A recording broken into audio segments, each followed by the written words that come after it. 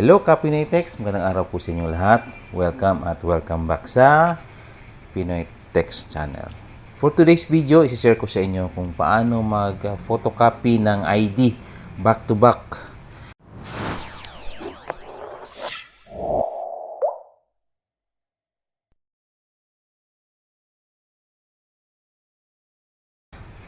But before that, gagawin muna natin yung conventional way mag-photocopy ng ID back to back. For example, ito yung ID natin na back to back or front and back. So, ipi-place natin yung front side ng ganyan. Ayan. And then, press na natin yung start. Take note, ito yung conventional way ng pag-photocopy ng ID.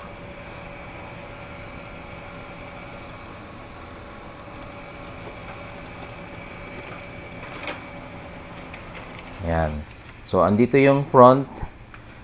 Ngayon, kung dito natin sa drawer ilalagay, ayan, ang pag-place niyan is kung paano lumabas yung papel na naka face down.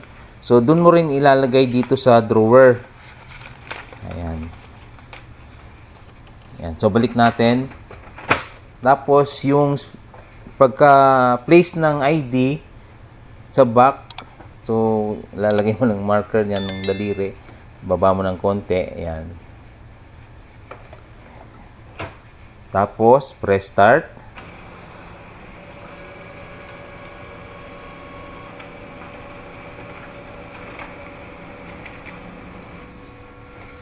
Ayan. So, medyo madali lang naman din ang proseso nitong conventional way ng back-to-back. Yung pangalawang gagawin natin, dito naman sa bypass, itong single feed tray. Okay? So, babalik tayo dito sa front page ng ID. Ayan. Tapos, ipipress natin yung start. So, kukuha siya ng papel sa ilalim dito sa drawer. Ayan. Ayan, ito na. Ito na yung copy ng front. Tapos, i-place naman natin yung back. Ganyan. Yan. Tapos, dito tayo sa manual feed tray. Ang placing naman is facing up. Kung yung sa drawer is face down, pag ganon, pailalim yung place ng papel. Ngayon naman dito sa single feed tray, is facing up. So, pag ganyan siya. Ayan yung front. Then, start.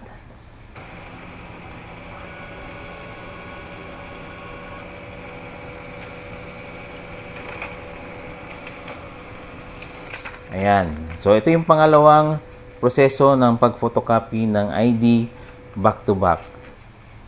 Ngayon, sa pangatlong proseso, meron itong ID copy function na i-activate natin pag mag-photocopy tayo ng ID. So, ito yung mas pinadali na proseso. Okay? So, ipi-place lang natin din itong original ID front page dito sa taas. Yan. Tapos, i-activate natin yung ID copy button which is nandito lang katabi ng Wi-Fi. Tapos, lalabas sa screen na press start. Ayan. Dapat daw nakapwesto yung ID sa upper left. So, dito niya tinuturo. So, usually, nasa center. Pwede naman sa center natin ilagay. Ayan. So, press the start button. So, i-scan niya muna yung front. And then, after niya ma-scan, pa-prompt siya sa screen na turn over the ID, then press start. Yan. So, baliktad natin. Yung pag-place naman ng back, hindi mo na siya ibababa. Dito lang sa same position nung front. Okay? So, hindi ka na malilito kasi ibaliktad mo na lang siya. Hindi mo na ilalagay sa ibaba. Ayan. So, and then, press to start. So, hindi na rin natin biniligtad yung papel dito sa drawer. Kumbaga, ang machine na itself ang gagawa nun.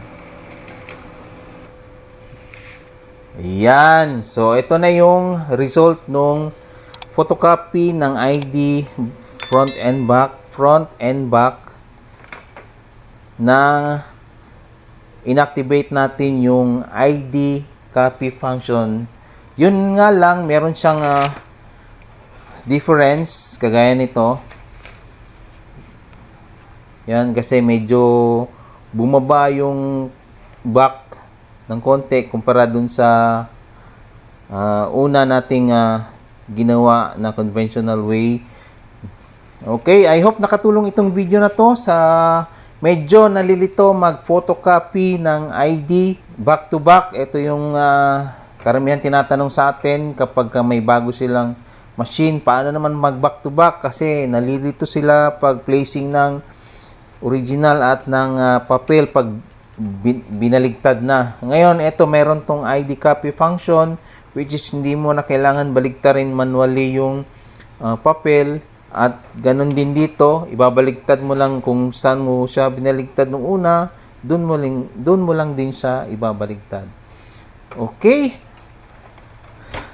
Para sa mga darating pang tutorial, paki-like, share, and subscribe po. At hanggang sa muli po, dito lang sa Pinoy Tech Channel. Bye-bye!